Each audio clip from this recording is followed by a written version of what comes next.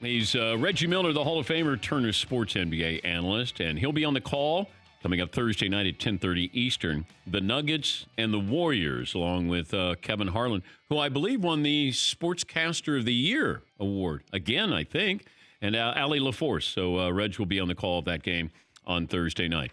Good morning, Reg. Did you watch the national title game? I did, and yes, that's, believe, back-to-back years for my colleague and one of my good friends, Kevin Harlan, to win back-to-back Sportscaster of the Year. So it's awesome for him and his family. Yeah, good stuff. What'd you take away from the national title? Well, number one, Joe Burrow is good. Joe Burrow is really good. This just in, Reggie Miller right? says Joe Burrow is good. No. But because here, what I'm reading is who had the better season. Cam Newton, I believe, was that 2014 or 15 when his Auburn Tigers went undefeated and he won the Heisman, or Joe Burrow this particular year. And Cam was fantastic, and that Auburn team, fantastic. But it just seemed that Joe Burrow and this LSU Tigers, what was interesting was I always love to hear what your teammates have to say for you. Now, obviously, they're going to say nice things, but to hear the cornerbacks, to hear the linebackers, to hear, obviously, the receivers, how much admiration and respect and how hard they say this young man works, this dude is good. This dude is good. But there's something about that confidence. I don't know if it's arrogance or cocky, but he certainly knows that he's good. You could get that sense that it's almost controlled swag on his part. There's nothing wrong with that. No. And especially if you direct it the right way. As long as you work hard and you prepare and at times beat over, I don't care how cocky you are. I don't care how you strut. Are you getting the job done? That's the bottom line. Are you getting the job done? But when you started to do it, when you see guys who are confident on a basketball floor, at what point did you go, I can show this person, I can be this guy? Because you have to live up to that then every single night after that. You do. And, again, I know how much blood, sweat, tears I put into my practice regime. So I wasn't worried about what people thought of me on the court because I was only doing my job. My job was to win ball games, score points, and antagonize you, all right? Not everyone can wear the white hat, and I think Joe Burrow understands that. There's some guys that got to wear the black hat, Theodore. Yeah. And I think as confident and at times borderline cocky Joe Burrow is, I will take that. I want confident young men. But when did you decide that you could wear the black hat and that you had the opposition, the fans, or did the media give it to you? I don't know if you consciously said, "Hey, I'm okay with being the bad guy." I think I was always okay. I think, growing up in the shadow of my sister, it kind of evolved in itself, always being, Cheryl Miller's little brother and in high school, going on opposing roads and hearing the crowd. So I kind of morphed into that a little bit, and it kind of stuck with me at UCLA, having somewhat of a bad reputation, and then growing up with Michael Cooper and Magic as the guys that said, no, dude, do it this way, and I was like, oh, really? I can do it this way? And they're like, yeah, and I was like, okay, well, here it is. Yeah, but then you're not going to be. Didn't you want to be liked? When you're playing in the age, people, say, when you're playing with in the era of Michael Jordan and Joe Dumars, those guys were beloved, well-loved, well-liked. That just wasn't me. I didn't care. Basically, I didn't care, really. I didn't care if you liked me or not. All I cared about, did the Indiana faithful love me, which I hope they did and respected the way I played. That's all that mattered. Did my teammates respect what I did each and every night? That's all I cared about. But it feels like there are very few players nowadays. Like Draymond Green doesn't care if you like him or not, but it feels like most players want to be liked. Well, part of this is the AAU because you're switching teams every week to form super teams. So everyone is buddy-buddy and, let's go to dinner and let's talk about this. we didn't have AAU. The AAU generation wasn't part of, my upbringing. And social media, too. And social media. And you can kind of, this very well, Theodore. How did we know about players back east or in the South? It was that 5-on-5 Street and Smith magazine, right? Yeah. That's you would get that magazine and you would look at the rankings and you'd be like, wait a minute, are you kidding me? Who is this? Who is Reggie Williams? Who is Reggie Lewis? Who is Joe? I mean, that's what I used to do. And that's the disdain I used to kind of grow up with. Who's ranking these guys? Who gets invited to these, Garfunkel camps in Philadelphia? Who gets invited to those things? So that's where the chip kind of evolved for me. Why are they thinking those guys are better than me? Talking to Reggie Miller, Hall of Famer, Thursday night. He's got Nuggets and the Warriors. Can you explain this Kevin Durant, Kendrick Perkins beef? I can't, other than the fact that I think both sides are somewhat right. I think basketball purists will probably look at KD and be like, dude, you had that same team down 3-1 and a chance to go into the finals and lost, and then you join them next year. I think basketball purists think that. But on the flip side, we in the media, I don't, because I'm part of the thing that never won a championship. I don't know if you are, Theodore, but everyone talks about championships. The guy is never great until they win a championship. Yeah. So what is KD supposed to do, right? Is he going to stay in OKC and battle the Warriors all the time and maybe win a championship, or join them and win back-to-back, the finals MVP back-to-back, and had a chance to win 3 in a row? And now he's in the discussion and being part of that Mount Rushmore. Is it championships, or do you want guys to be loyal, right? Because if he's loyal and doesn't win a championship, at the end of the day, the media says, well, you didn't win a championship. You were MVP of the league, but you couldn't win a championship. So you can't have it both ways, people. Well, we did that to LeBron. The media drove him out of Cleveland because we kept saying, yeah, you call yourself the king and the chosen one. And So then he goes to Miami, and then, he gets beat up because, you had to go join Dwayne Wade and Chris Bosh. And then once he won a couple of titles, then he was able to go back. He learned how to win. Right. He learned how to win from Dwayne Wade, right? He understood how to win and came back and corrected the situation, by winning a championship in Cleveland, which seems like 2 or 3 to me when you win in a small market like that. Yeah.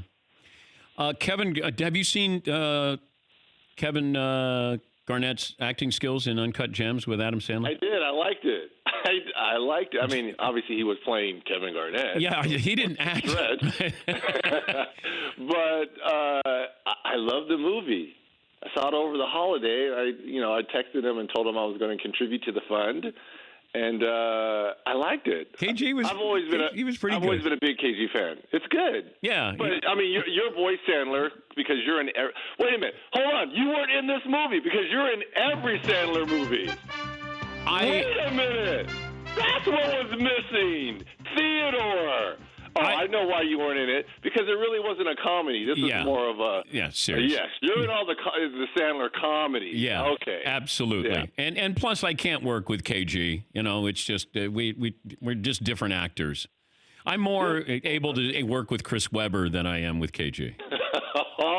Why are you starting Just joking. Oh, by the way. Sandler was fantastic. I think KG was great, being KG, obviously. Because if you know KG and you know his mannerisms, I mean, you appreciate that. So him being KG on full effect for everyone to see was great.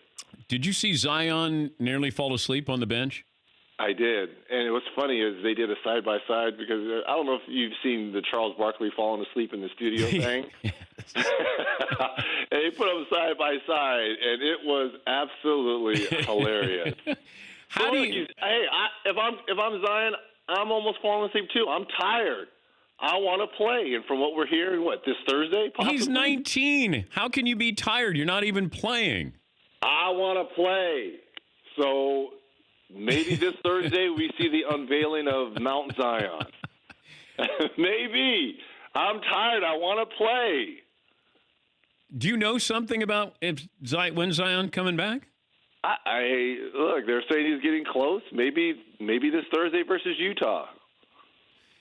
All right. Well, maybe. You don't think so? I don't know. It sounds like you may know something, and you're just hinting I know at it. I know just as much as you know. Okay. All right. By the way, James Harden versus Ja Morant tonight, which might be a little spicy.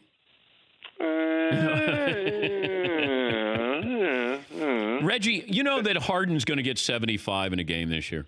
I don't know about this year, but if they don't change the rules at some point in his career, he's going to get the 70-plus mark. He's not going to get to. He might not get to 81. He might not get to Kobe territory. But if you take 30, he's going to get to 70-plus. I agree. Yeah. Right. He's going to get to 70-plus. I don't know about this season, but in the next couple of years, James Harden will get 70-plus points in a game. Is he a Hall of Famer right now? Yes.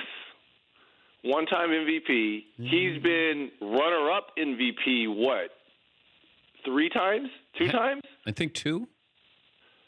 7-time All-Star. 7-time All-Star. Scoring leader, yes. He's a first-ballot Hall of Famer. Chris Paul, first-ballot Hall of Famer. Russell Westbrook, first-ballot Hall of Famer. Would the Rockets be better with Chris Paul?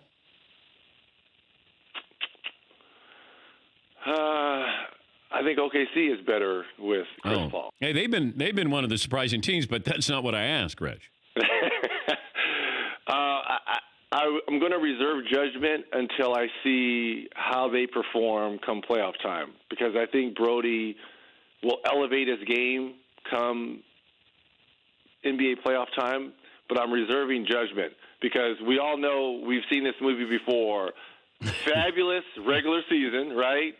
Off the number charts for James Harden, but come playoff time, second round, possibly third round exit. So I will reserve judgment. LA Times had an article. Lakers GM Rob Pelinka prepared to trade anyone on the roster except Anthony Davis and LeBron James if it means filling a gap the Lakers need in order to win a championship, according to a purse familiar with his thinking. So what is the gap? What do the Lakers need? If I'm the Lakers, I would probably, because you're pretty solid at that center position with McGee and Howard. The question will be maybe point guard if you want to give LeBron a little bit of rest, but he's leading the league in assist. Look, they have 37 wins, 35-7. They seem to be doing okay, unless they. Thank you, Rob. Like, what gap do you want them to 35-7? Unless they're looking at a matchup come postseason. Like, everybody would always gear up because they knew they were facing the Patriots. So how do we gear up our team to face the Patriots? Unless the Lakers. Yeah, but see, here's the thing. I think everyone's gearing up to defend AD and LeBron. Why are we counteracting? Why are we counter-jabbing? We're the Lakers. We're 35-7. What gap do we need to fill unless you just want to, get rid of Kuzma and get some pieces back or some draft picks? The Lakers are stacked. People may not like their roster, but I like the experience they have. Dudley, Rondo, McGee has won a championship up in Golden State. Howard has something to prove, so I want players that want to go out and prove people wrong. The Lakers are stacked. I wouldn't do something drastically to alter this lineup being 35-7 and having the best record out west. I saw this story, and maybe you could find out more when you do the Warriors game against the Nuggets Thursday night. Would you swap, if you're Philadelphia, would you swap Ben Simmons for D'Angelo Russell? No. We don't Absolutely have not. to say it that loud. Well, I think Simmons has a chance to be, again, not on par with the Greek freak, Giannis Antetokounmpo, but he has that skill set where he can control a game in terms of points, rebounds, and assists. He has to work on his shooting, obviously, dramatically, but between him and Embiid, you've got 2 generational players on that Sixers team. So absolutely not would I trade D'Angelo for Ben Simmons. Oh, that would be great for the Warriors. I'm sure coming from the Warriors camp. Yeah, they do that in a heartbeat. D'Angelo Russell is a pretty good pro. I mean, he's not one of those, he can dominate a game like Ben can in a variety of ways except for shooting. But I wish I could have seen him with Clay and with Steph. Now, I think Steph may be coming back in March, maybe not.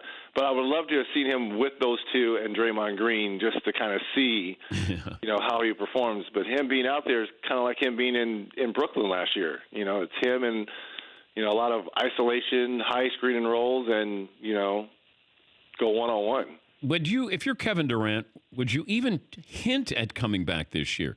Hadn't he learned from what happened at Golden State? Like, don't put any pressure. There's no upside on this. No, there's not. I wouldn't. Yeah, I wouldn't and I don't either. care if we finish in the 7th or 8th seed to face Giannis. If you finish in 8th, absolutely not. 7, you're probably getting either Boston or Miami. Yeah. Still. But why would Steph Curry come back? It's a broken hand versus an Achilles. That's fair. That's fair.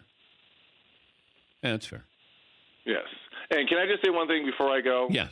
Because you and I both love baseball, and I'm the biggest Who fan. Okay. California Angels, right? Yes. Los Angeles Angels of Anaheim. I thought you were a fan of the band The Who, and I was going to go, Roger Daltrey. No, okay, I'm a big fan of the Angels, right? You know that. Yes, you know this. Okay. But I will say this. The Dodgers, since they cannot comment from Major League Baseball, they got screwed in 2017. After knowing what we know now, and I think to a certain extent, so did the Yankees. That's unbelievable, seriously. And I know all teams steal signs, but they just got caught, right? Yeah, but I can't give it to the Dodgers. I would vacate the title if I was going to do anything. No, I'm not telling you give it to the Dodgers. Because the Yankees got screwed before the Dodgers did. Right, I know. I would vacate the title. Okay. You can't give it to the Dodgers because they lost it on the field. But 2017 should be open, and the reason why it's open is because the Astros got caught cheating. Yeah, they got caught cheating. If baseball came down, I thought that they could have come down even harder. But they should have. If the maximum was $5 million, that should have been $10 million. And I know you can't penalize players. Cora is going to get it. But look, I could have gone to Harvard if I would have known all the tests and the questions on the SAT. I could have gone to Harvard. Reggie, you could have gone to Harvard to play basketball. No, on an academic scholarship, I was headed to Yale if I would have known all the answers to my SAT questions. I could have done that. Come on, Astros. How many would you have averaged at Harvard? Back in the 80s? Yeah. Oh, my goodness. 35, 40? Okay. All right. In the Ivy League? Come on, man. McLovin is offended by it. Why are you bothered by that? Penn went to the Final Four. Against guys like McLovin. Think about that. Me going against guys like McLovin. McLovin would have been the second best player on your team, Reggie. Hey, have fun. Please tell Kevin Harlan congratulations again for taking the Sportscaster of the Year. I mean, for winning the Sportscaster of the Year. It's a great honor by him, and well-deserved. Theodore, you're the best. I love my Dan S. I'll talk to you guys next week. Thank you, Red. For more Dan Patrick Show, tune into Audience Channel 239 on DirecTV. Stream for free on BR Live or download the Dan Patrick Show app.